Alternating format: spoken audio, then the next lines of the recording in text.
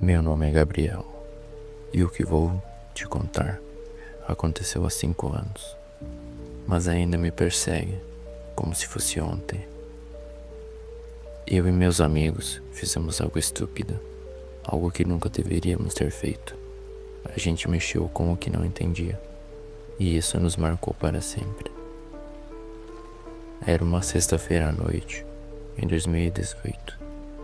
Como de costume, estávamos entediados e a Mariana sugeriu como uma ideia explorar a Casa dos Pinheiros, um casarão abandonado na periferia da cidade, famoso por suas histórias macabras. Ela queria levar um tabuleiro Ouija para brincar. No começo, rimos. Lucas, sempre cético, disse: "Esse é um jogo de crianças." Mas eu vi o brilho nos olhos de Mariana. Para ela, isso era sério. Chegamos na casa às 11 da noite. O lugar ficava no fim de uma estrada de terra, cercados por pinheiros altos que balançavam ao vento. A luz fraca da lua mal iluminava a fachada da casa, com suas janelas quebradas e paredes descascadas. O portão enferrujado estava entreaberto, rangendo suavemente, como se nos convidasse a entrar. Marina liderava o grupo, segurando o tabuleiro enrolado em uma toalha velha. Carol vinha logo atrás, hesitante, apertando uma lanterna que tremia em suas mãos. Eu e o Lucas íamos por último, trocando piadas nervosas para aliviar a tensão. Assim que cruzamos a porta, um cheiro forte de mofo nos atingiu. O chão de madeira rangia sobre nossos pés e o ar parecia pesado, difícil de respirar. Estávamos no primeiro andar, que era praticamente uma sala enorme, com móveis antigos cobertos por lençóis sujos. Um lustre de cristal, parcialmente quebrado, balançava suavemente no teto, mesmo que não houvesse vento ali dentro. Exploramos o lugar com cuidado. Marina puxava as cortinas para ver o que havia atrás, enquanto Lucas batia o pé em algumas tábuas no chão, como se procurasse algo escondido. Em um canto, Carol encontrou uma velha poltrona rasgada. Ela estava curiosa, mas nervosa, e me chamou para olhar. Quando eu levantei a lanterna, percebi que havia marcas profundas nas laterais da poltrona, como se alguém tivesse cravado unhas compridas no couro. "Olha isso", disse Carol, apontando para o chão. Ao lado da poltrona, havia uma boneca de porcelana com o rosto rachado. Um dos olhos estava faltando, mas o outro parecia me encarar, brilhando com o reflexo da luz. Algo no jeito que aquela boneca estava posicionada, virada diretamente para a porta da entrada, me deixou desconfortável.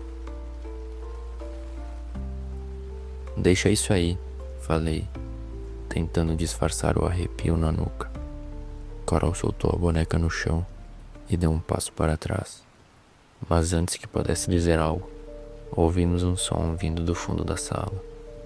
Era um barulho suave, quase imperceptível, como algo raspando contra a madeira. Todos congelaram. "Devem ser um rato", disse Lucas, mas sua voz não soava tão confiante. Marina foi a primeira a se mexer. Com passos decididos, ela seguiu o som até um pequeno armário embutido na parede.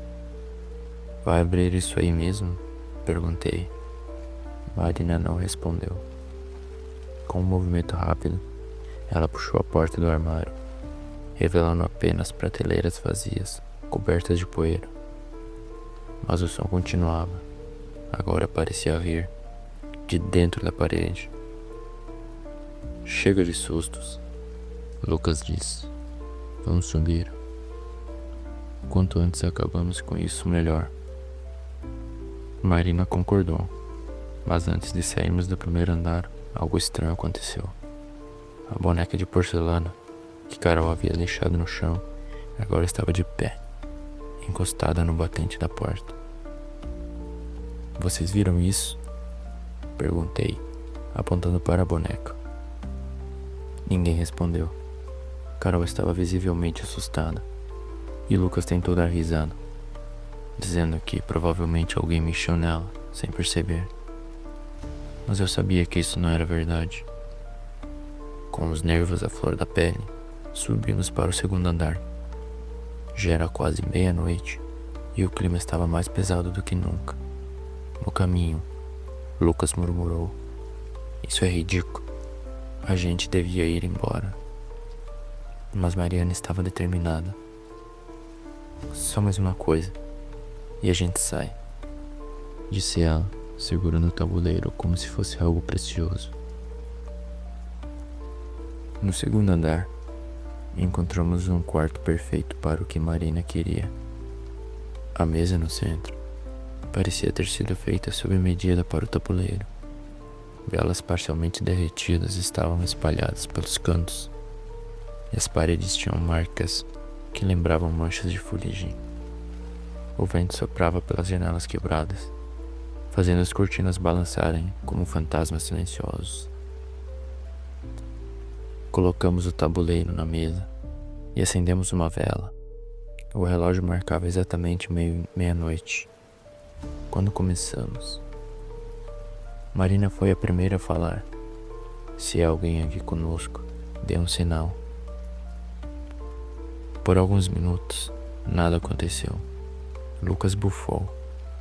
Carol estava visivelmente inquieta, e até eu comecei a relaxar, achando que aquilo não passava de uma brincadeira boba. Mas, então, o ponteiro se moveu.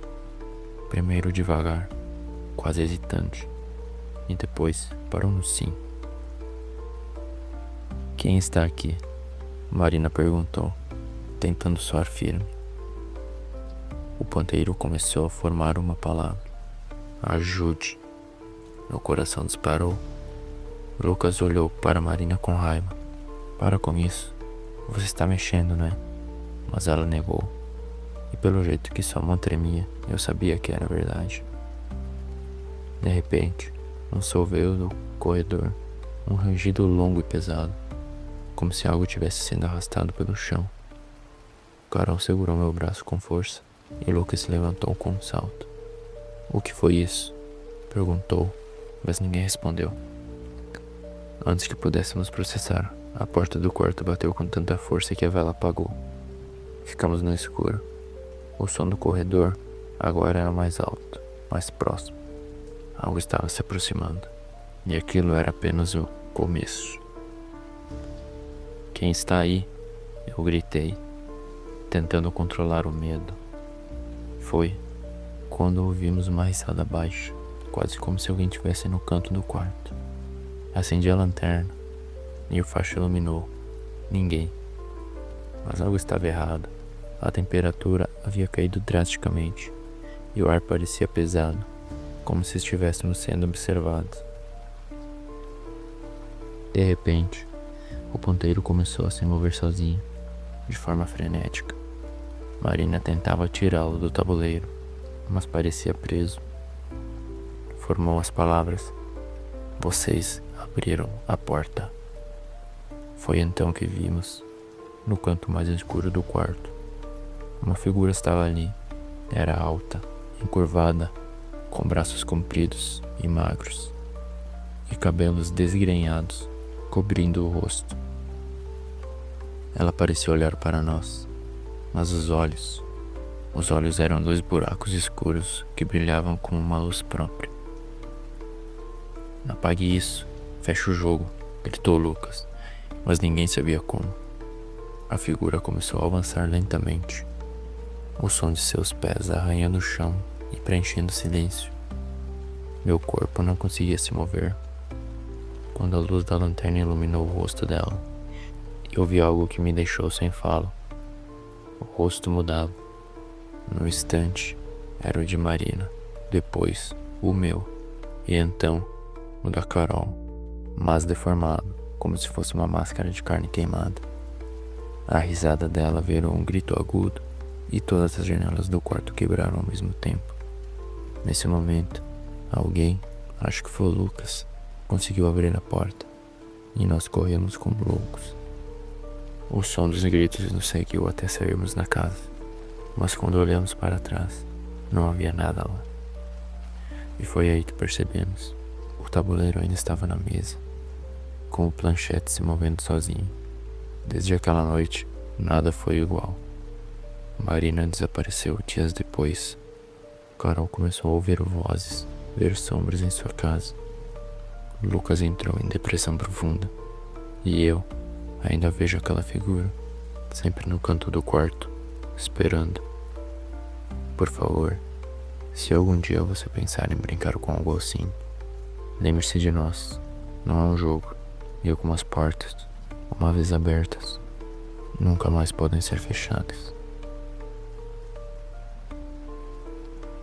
Gostou do vídeo?